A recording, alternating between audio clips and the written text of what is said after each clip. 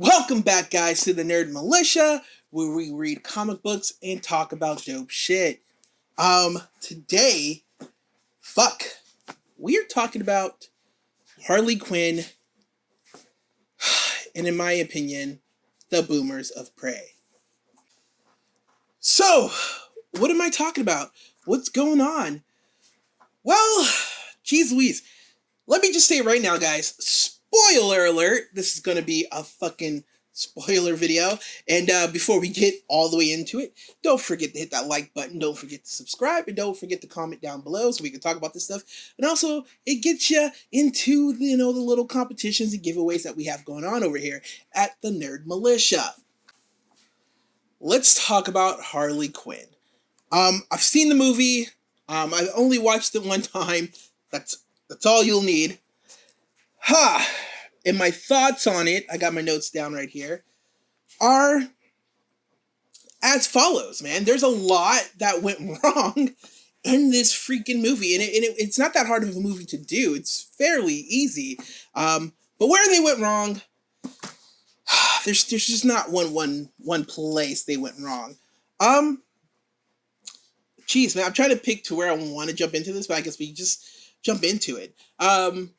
So the reason why I call it this video Harley Quinn's in the Boomers of Prey is Harley Quinn, and there's other movies like these where they are about a movement or have some sort of I did the air quotes pretty early. Some sort of movement in the film, be it like feminism, trans rights, Black Lives Matters, right? But it's a watered down version of this movement. And it's what I call, or what I would think a boomer would make a movie about it. Because in my opinion, boomers are people who are out of touch, they're super wealthy, and they have no idea what's going on. And if you went to a boomer and said, hey, let's make a movie about feminism, and you explain to them what it was, what their takeaway would be is, oh, okay, yeah, just don't put her in slutty clothes, or what they deem as slutty clothes, and just make sure she's fully covered. Here goes a couple $1 million, make a movie. And that's what this movie was. Like, geez Louise, this movie was made by people who just either don't understand Harley Quinn, and again, were like, we're gonna make a feminist Harley Quinn, but had no idea what that meant, and how to execute making a movie, or knew how to film what that looked like. And okay, so the first thing I'm going to talk about this film is her style. Like, I don't fudge. I mean, like, I feel bad, man. It's hard for me to get this stuff out because it's like I really wanted this movie to do so good, and I'm at loss for words sometimes because, like, Geoff Johns is supposed to be executive producing this shit, and it's just like, I just become less of a fan of this guy because he clearly has no idea what he's doing as when it comes to like TV and movies. But I digress, and back to her style. I don't know what they were thinking. Like, literally, Harley Quinn is dressed like Dazzler from the X-Men, and it's just like, it's just so weird. Like, I don't even understand why you would have this. Like, when they were going over styles, like, I don't know what you're doing. Like, Harley Quinn is not like this weird, quasi high fashion, gutter. I don't like. It's like weird. Like they were trying to make punk high fashion, but she's just a punk girl. Like, there's no need to try to add high fashion to her. Like, there's many ways you could have gone, and like this high fashion Vogue shit they were on was just a hit and a miss. Like, there's just no need for that. They could just toss that shit out. Another thing they could have fixed, or at least attempted to work on, is the script. And by script, there's a couple of characters that are just not needed, and they missed a solid opportunity. Now, I know hindsight is 2020, and like, they didn't know where they were going because, what's going over here and over there. And that's a crock of shit and a lot of BS, because Matt Reeves' Batman, from all the leaks and all the news that we're getting from this film, is a completely different tone and a completely different feel than what I think Suicide Squad is going for, or even the other DCEU, or at least until we get that Flashpoint movie, which will then retroactively make everything like one universe. But until then, none of these movies are connected. Like, none. Like, you're dealing with somebody with a tactical armor, fast cars. Joaquin Phoenix Joker will never appear in that Batman, because that Joker is a simple case for that Batman. Like, Batman is dealing with humanoid lizards and dudes called Bane. Joker, who is reduced to just a guy who missed a couple meds in the Joaquin Phoenix's version, is a 1 hour stop, if that, by this Batman. So, like, those worlds won't connect. And so, bringing this full circle to Harley Quinn, she ain't going to connect with Patterson's Batman either. So the excuse of like, oh, well, you know, they don't know what was going on, so this was like, no. They could have included a Bat family member, and taking a lesser known character and pushing her out there with more lesser known characters is the worst thing you could do. And then what seals the fate of this movie never connecting to Batman is they killed off one of Batman's major villains. Like, this is a guy who at one time takes over all of Gotham, and that's Black Mask. So with that happening, like, clearly this is not going to be a connective universe. Like, Black Mask is a threat.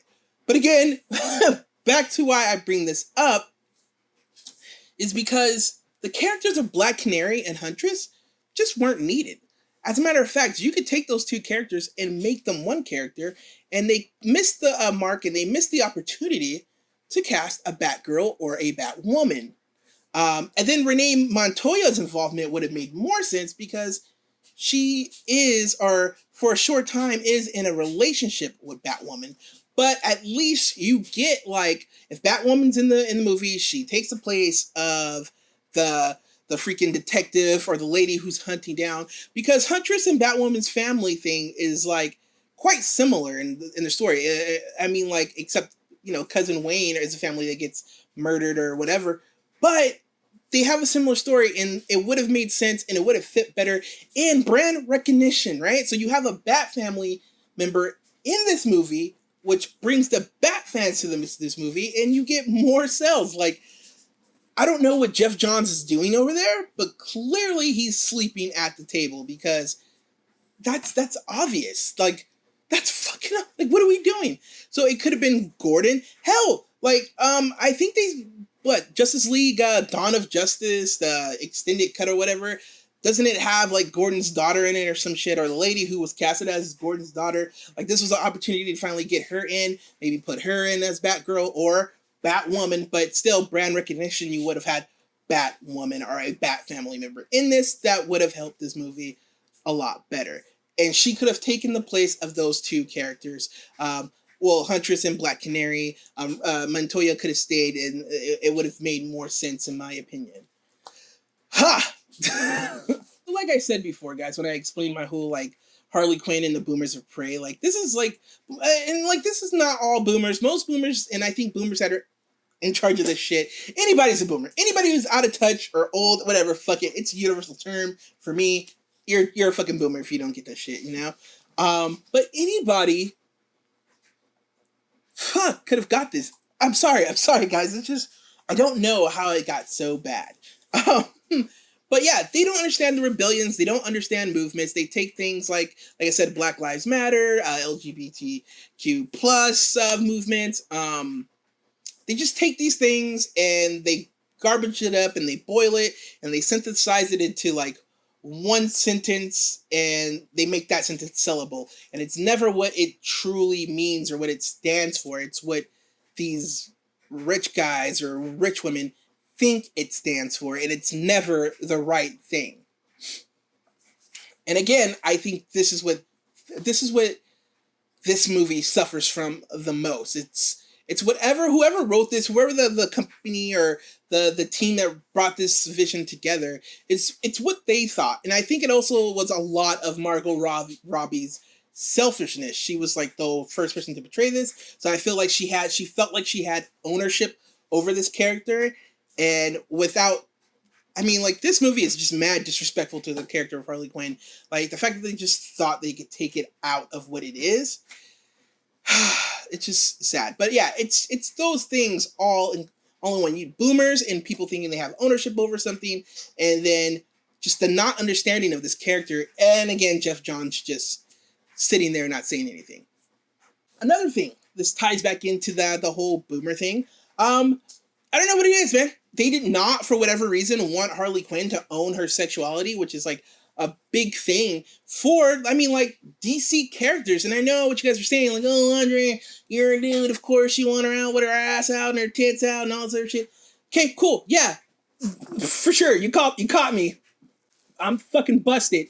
However, I am not a huge Margot Robbie fan. I think a plethora of other people could have played Harley Quinn who were more in that curvaceous body type. But I bring this up not to shame Margot Robbie, but much like Lizzo is on one side of the spectrum, Margot Robbie is on another side, and they missed an opportunity for this character to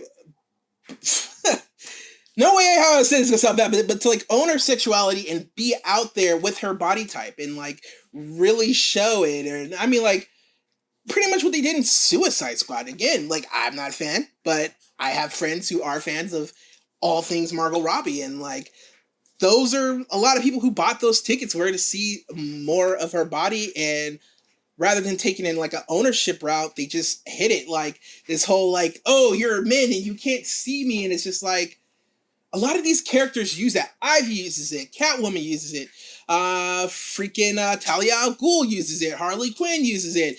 There are a lot of female characters in both Marvel and DC who use their sexuality as a way to get it, and there's a way to write things to make them own it, and they just, for whatever reason, they just didn't want that. They went a different route, and it bit them in the ass. I mean, like, fuck. I don't know if you guys remember this, but you remember when they closed up the chess piece on fucking Power Girl when they decided to cover up?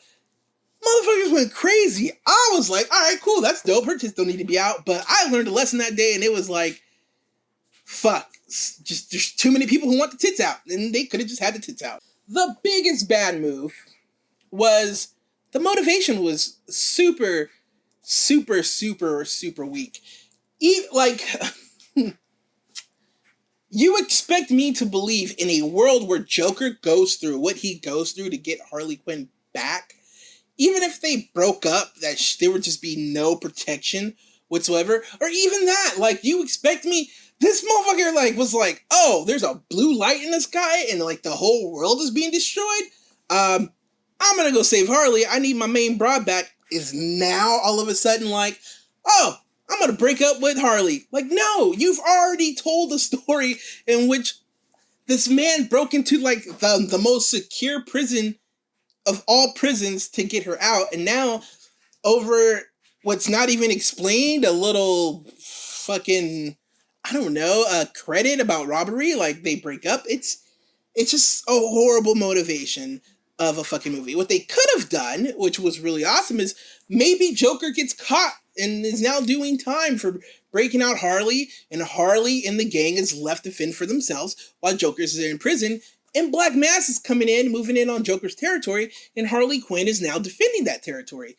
It would have made for a more badass story, and it would have explained why maybe Batwoman showed up.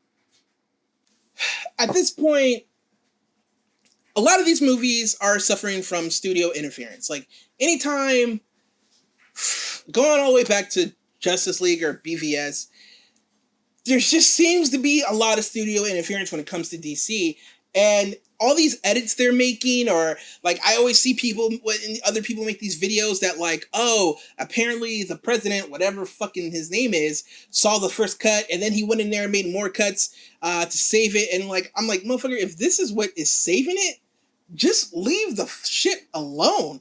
Like, it's already not doing good. Like, clearly, you guys lack the ability to re-edit shit, so just put out whatever the fuck you guys are putting out. Because they re-edited Suicide Squad, shit was horrible. They re-edited this Harley shit. Shit is horrible. They re-edited Justice League. Shit is horrible. Like, just fucking leave it. Just leave it. You clearly have no idea what the fuck you're doing. Just stop. Step away from the editing machine. Just stop. Just let it go. You just don't get it. You don't know what you're doing, and that's fine. You made a thing. Let the director do their part. If you are anything but the director, stay the fuck away from the editing room. You fuck. Especially goes out to you, you asshole, Geoff Johns. Because I've had it up to here with your shit.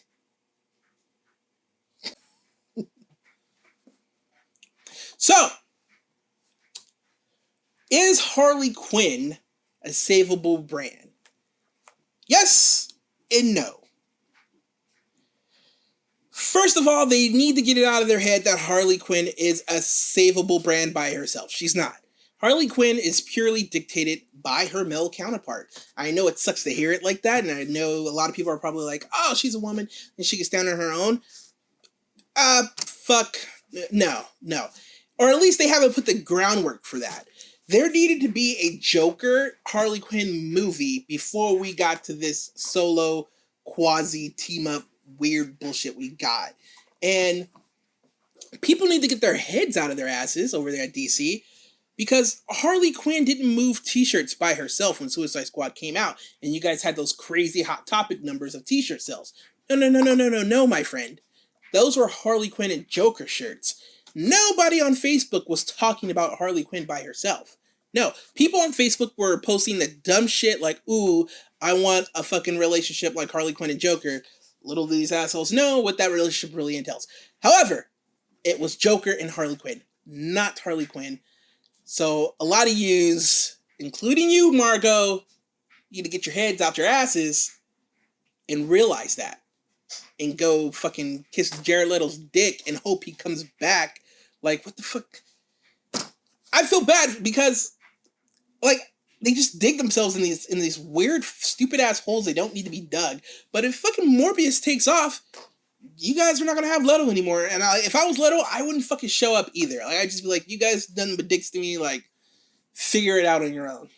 Like, I don't know what it is with DC and their inability to keep, like, Oscar-winning actors, but you're fucking up. And you need to knock the shit off. Stop. Right now. Like, literally, the boomers from high up need to come and have another boomer meeting with these guys and, like, just fucking clean house, man. You guys have James Gunn. It's a first start. First good start. And I think James Gunn can save the Harley Quinn brand. But again, it's what they do with it afterwards. And that's going to be a rough call, man. I don't know what's going to happen after that if James Gunn saves it. Because I can tell you right now, James Gunn more than likely was not playing that weird feminism shit or that quasi shit they were trying to save shit they were trying to play. Because this was very much... You remember back in the day when, like, it came out that Marvel was taking over Disney and everybody was like, oh, they're going to Disney-fy everything. This movie was that. Like, this was a Disney Harley Quinn movie. Like, it was so weird. And I know James Gunn is not fucking playing it safe. I'm sure he's going to put it pedal to the metal with fucking Harley Quinn, and I'm sure she's going to be dressed kind of sexual like she is, or at least punk rockish, which she is. Like, I don't know what the fuck these assholes are doing over there. But yeah, it's possible to save this brand. And hopefully James Gunn does it. Hopefully he can do it. I believe that he can. And moving forward, yeah, it's all after that, man. Hopefully they can get it. Hopefully they can save it. I think he can. And hopefully if he does save it, they don't do the thing where they shit the pot and they immediately do some fuckboy shit and like re-fuck up Harley Quinn again. Hopefully they can save it. I mean, I don't know how this new Suicide Squad's going to end or what's going to happen. But yeah, we have to wait and see. But I do think it can be saved. Fuck, dude. Margot Robbie has the hookups enough where, again, this goes back to the movie. She could have got Will Smith to do a cameo as Deadshot in this. Like, help a sister out. You know what I'm saying? Like, fuck. There's just so many good things they could have done. And it really just fucking grinds my gears that they didn't do it. What dicks. What dicks. All right, guys. So I do have a fucking podcast with my friends over at the Nerd Militia headquarters, Comic Cult, over here in the high desert. The spoiler joins me. My good friend Superfly Eli is back, and we are talking about Harley Quinn in this movie. And yeah, you guys could go over there and enjoy that. That will be up right after this. It goes up, and I hope you guys enjoy it. As usual, guys.